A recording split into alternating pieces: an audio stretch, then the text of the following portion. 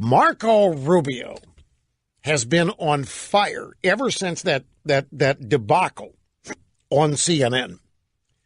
Now, if you remember what happened to Marco Rubio, he and Dana Lash were the so-called NRA/Republican representatives. And everybody, from the CNN moderator to the audience, just lashed out at him, accused him of horrible things. He called Dana Lash a murderer and said she should burn. And one of the students stood up and said, Senator Rubio, I can't even look at you without seeing the barrel of an AR-15. I look at you and I feel like I'm going to be murdered. It was that kind of stuff. And Rubio showed up because CNN invited him to Florida, and it was the kids, it was the students, and he thought he was, doing what was required of a U.S. senator. But, man, he has come out and has been on fire ever since this thing. Now, yesterday, Rubio tweeted his thoughts on the current gun control debate. And as the parlance on Twitter goes, he was ratioed, meaning that he received more replies than likes or retweets.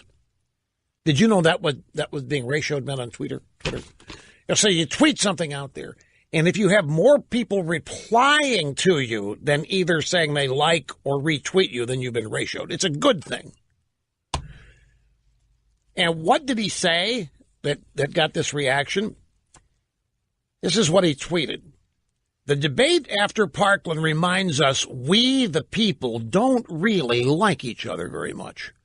We smear those who refuse to agree with us. We claim a Judeo-Christian heritage, but celebrate arrogance and boasting. And worst of all, we've infected the next generation with the same disease. Rubio got raked over the coals on national TV by the kids, by the survivors, when Rubio had nothing to do with it, and the NRA had nothing to do with it. And one of them, as I say, suggested Rubio was just like the shooter. And there was no pushback from Jake Tapper, and there was no poo-pooing the audience, and there was no they didn't even try to keep the thing in control. They just let it go where it went. And Rubio has a point here when he says that our big problem is that we have devolved into warring tribes. That's his basic point. And you can see it in the gun control debate, and you see it in the immigration debate.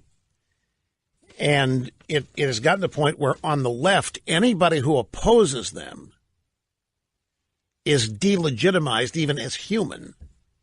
And then the media picks up on it and amplifies it. And this causes some on the right to, we don't like being characterized this way. We don't like being discussed this way. So we reach across the aisle and try to make peace. It only makes it worse. And folks, this is why I say these people have to be defeated. And when I say that, I'm talking about politically in elections and every other contest which pits us versus them in the political arena. They need to be defeated, not accommodated, not compromised with. This is what alarms me. If anything alarms me about Trump, it's that. Trump instinctively knew during the campaign, and by the way, he's still an outsider. I think one of the ways that you have to continue to try to understand, quote unquote, or analyze Trump is that here he is in these meetings with all of these insiders, all of these establishment types, both parties. There is a way those meetings happen, and Trump doesn't even do that. He televises them. He lets the media stay. He doesn't kick them out after 5 minutes. There isn't the usual from Trump acknowledgement of the way these things happen. He just runs the meeting as the outsider that he is. So when he says something, hey, look, you know what? In these extreme cases, let's go get the gun and do due process second. How many times, and maybe it hasn't happened to you, but let me ask you to reflect, in your own circle of acquaintances and friends, at any time there is a dramatic event that causes a huge national debate in the aftermath, such as the shooting at the high school. How many of you in this aftermath, how many of you know people who've said they just should have gone and gotten a gun from the guy? They should have just shut the guy down. They had 66 times. They should have gone in there. Everybody knew enough to know that this guy was a pending threat. Go get his gun. And how many of you said, yeah, why not? This is a common sense thing. Well, that's who Trump is. Trump is one of these guys, like us, who is not from the traditional insider establishment background. And he shoots from the hip. And in most instances, his shooting from the hip is a bullseye in terms of connecting with the population at large and with people who are not in the ruling class. But when it happens on immigration or something as fundamental as the Constitution, the Second Amendment, gun control, well, then people are going to stand up and take notice. And this is where we wish Trump would revert back to realizing he shouldn't be making deals with Dianne Feinstein. Dianne Feinstein doesn't like him. Dianne Feinstein does not want to help him. Dianne Feinstein doesn't want to do anything that's going to help Trump. Dianne Feinstein is like she's not moderate. She's not centrist. She is an uber radical leftist like they all are. And she's part of the crowd that has as their dream the confiscation of every gun in this country. It doesn't matter that it's impossible. It doesn't matter that it'll never happen. That's what they're aiming for. That's where they will never give up, in other words. That is always going to be their dream. That's always going to be their objective. You can't compromise with that. You can't meet somebody like that halfway. There's no overlap. There's nothing in common. So to try to strike a deal of compromise or understanding with Dianne Feinstein is not what's called for here. Dianne Feinstein and her side need to be politically defeated. I would prefer political annihilation. I would like these people to be continually defeated so they have to work so hard at coming back that it's going to take them years and years and years. And I think a lot of people that voted for Trump thought that's what he instinctively was going to do. So when there are signs, like there were yesterday, that maybe he doesn't see it this way on this particular issue, then some people get a little nervous. But by the same token, we've had 2 calls today. Now, we haven't taken a lot. We had 2 calls today from people who have no problem with what Trump did. They have no problem with what Trump said. And they support it. Using the Nicholas Cruz case as an example.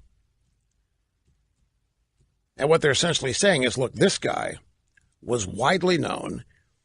All of these attempts, all of these known tips and signs, 66 of them, that's ample evidence enough to go in and either stop the guy, take his guns, commit him, do something in the name of common sense.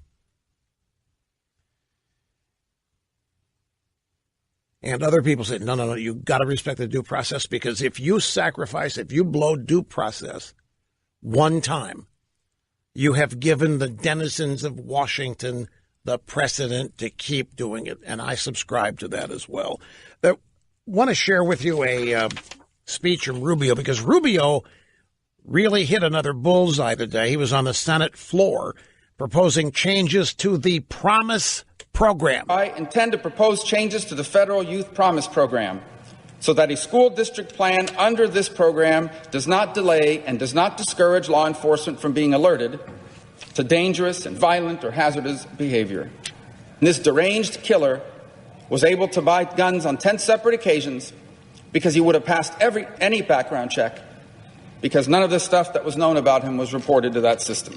That is so crucial to keep in mind. If anybody wants to point a finger of blame somewhere, it's right here at the Promise Program. And I do not say that lightly. I say it with all sincerity. This is an Obama administration plan that was administered by Eric Holder. It's kind of along the lines of Fast and Furious, in a way. The objective here was to reduce the reporting by way of not arresting criminal acts, criminal behavior on the part of minorities. Obama and the Democrat Party thought that the prison population, the percentage of African Americans and minorities, was inordinately high. It wasn't real. It wasn't because they're committing most of the crime. It was because the country's racist and bigoted, and they were being imprisoned even though they hadn't done anything wrong. And so the Obama administration, to change all that, to prevent these people from being arrested, to prevent them being in the system, were promising money. They were awarding money, school districts and police departments, for looking the other way. And it was significant amounts of money. And it's called the Promise Program, and that was its express purpose. And so that's how Nicholas Cruz was able to pass background checks. None of the crimes he had committed were reported. Now, you might be saying, well, wait a minute, Rush, the guy wasn't African American, he wasn't a minority. I know. They couldn't just say, give African Americans and minorities a pass. That would have been seen immediately. That would have caused. So they did. Basically, it was a blanket proposition to look the other way on certain types of criminal behavior and crimes. And they were things that were more than just misdemeanors. It was to jigger the stats. It was to make it look like there was less crime being committed by African Americans and minorities and what have you, and paying police departments to leave them alone and ignore them, so Cruz doesn't end up in the background system. He passes a background check 10 times because he was not arrested and his history was not there to even be checked. And that's what Rubio says needs to be changed. He's exactly right.